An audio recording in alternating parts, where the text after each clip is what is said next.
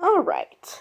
So, in Elon Musk's descent into making it perfectly obvious what side of the political spectrum he's on, he decided, granted it was Twitter, but let's face it, it's Elon Musk. He's decided that he's the ultimate decider. He's the dictator of Twitter.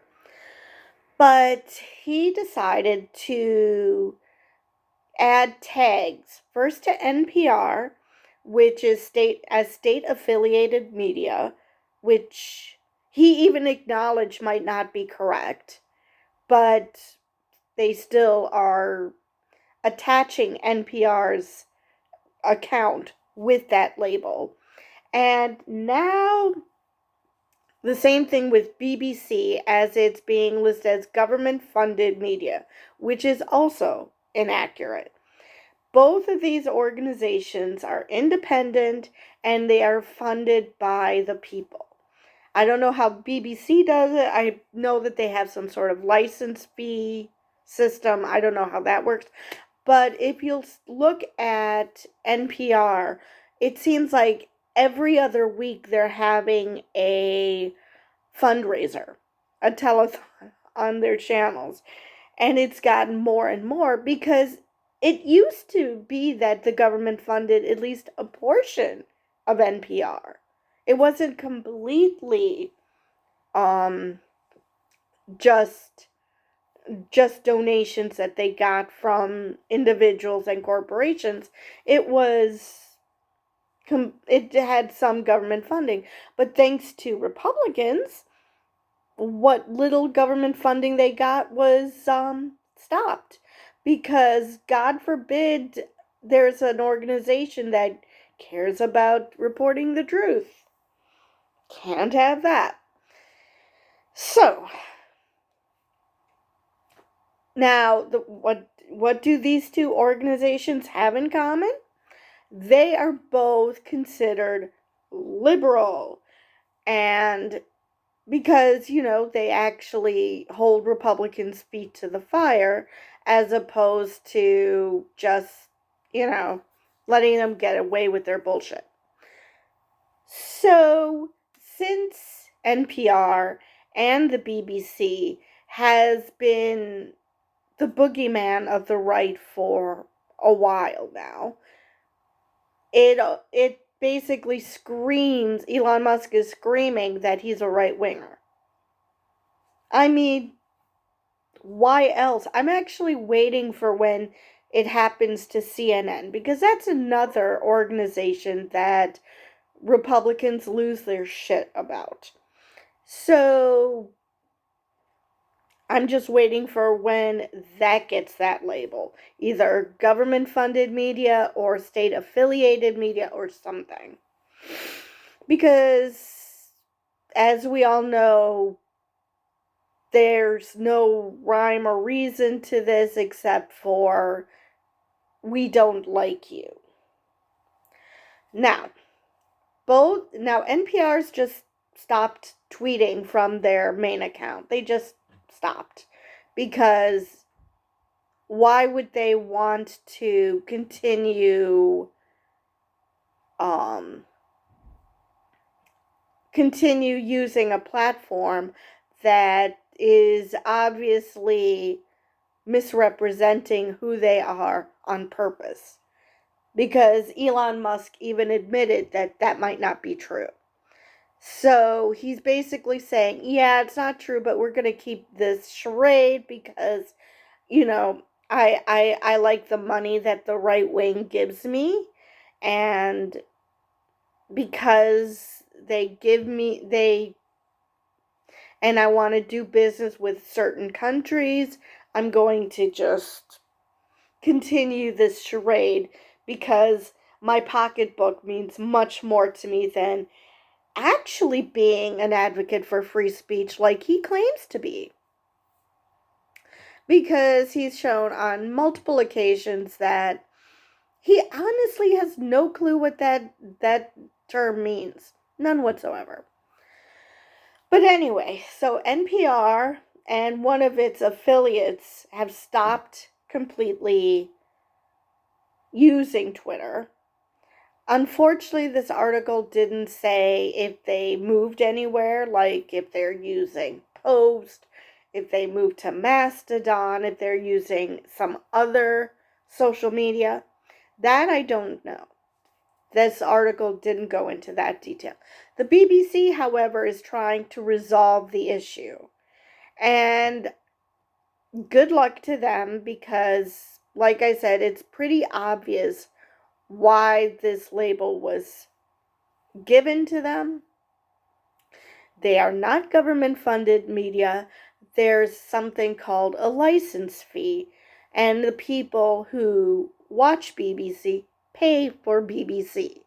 Now, or I'm not sure now if you're paying for just the channel or if it's a package deal like we have in this country with you buy a bunch of cable channels. So I honestly have no idea how exactly it works in the UK. But either way, it's not government funded. So that's a misnomer. And if what I've been saying is true, that this is being done because these are the boogeymen of the right and probably of other countries like Saudi Arabia. And so if that's true, good luck. You're not going to get this resolved to your satisfaction. They actually Deadline actually tried to get into contact with Twitter, and their press relations team came back with a poop emoji. So yeah, they're not going to. This isn't going to be resolved in BBC's favor. It's just not. But yeah, I'm pretty sure Elon Musk bought Twitter not so much to make money, even though he's desperately trying to come up with money-making schemes on Twitter. I think his intention is to tank Twitter and destroy it. So the people who, say, in Saudi Arabia or Iran or China, who used Twitter to communicate and to, I don't know, organize protests or at least let people know what's happening in the country. They mostly use Twitter. Well, maybe not in China, because China is really good at cracking down on any kind of dissent. But still, they use social media, and most places use Twitter. And I think he's trying to destroy Twitter. So nobody's going to want to use it. All these organizations are going to leave Twitter. And the people who actually need Twitter to organize, they're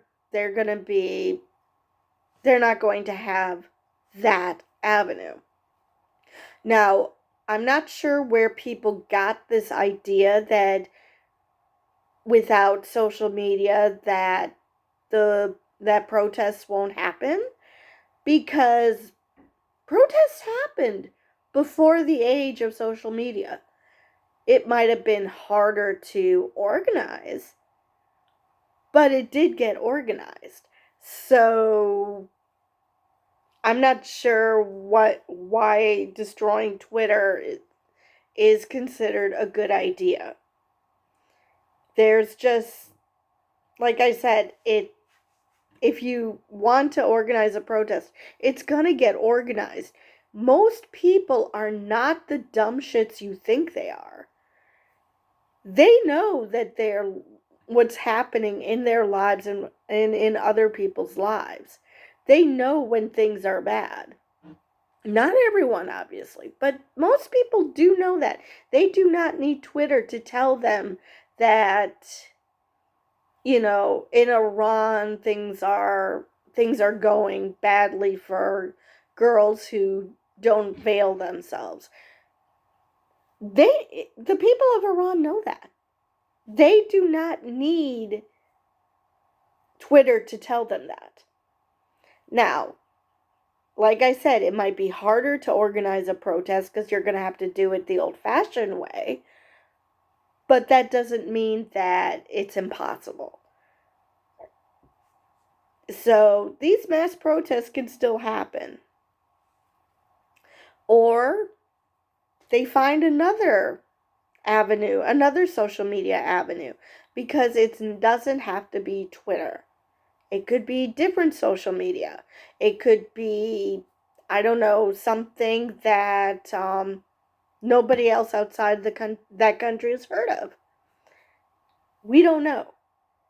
But yes, maybe it might be harder for people outside the country to learn about certain things, but not impossible, because news still exists, TV still exists, radio still exists. There are multiple ways. Going to the specific website exists. There are ways around not needing Twitter. And actually, I heard that most younger people get their news from TikTok now. So, again, people do not need Twitter to do organize. They don't need Twitter to get their information. So, destroying it, it's not like you're destroying anything. The only thing you're destroying is your investment, meaning Elon Musk is destroying his investment. That is literally the only thing he's accomplishing. And possibly he might be able to sell some more Teslas, but is that going to counteract what he's doing to destroy Twitter with the investment he put into Twitter? Probably not. Because he invested quite a bit into Twitter. So, yeah. This is just another more proof that Elon Musk is a crap human being. He just wants to destroy Twitter, which, considering how much money he put into Twitter, is odd. But probably because he's got backers by, like, Saudi Arabia. They might have told him, we want you to tank Twitter because we don't want people to be able to access Twitter. Because apparently only China knows how to, stop people from using social media. And even then, that's not a complete stop. Anyway, I think I've covered everything I wanted to on this topic. And I will see you guys next time.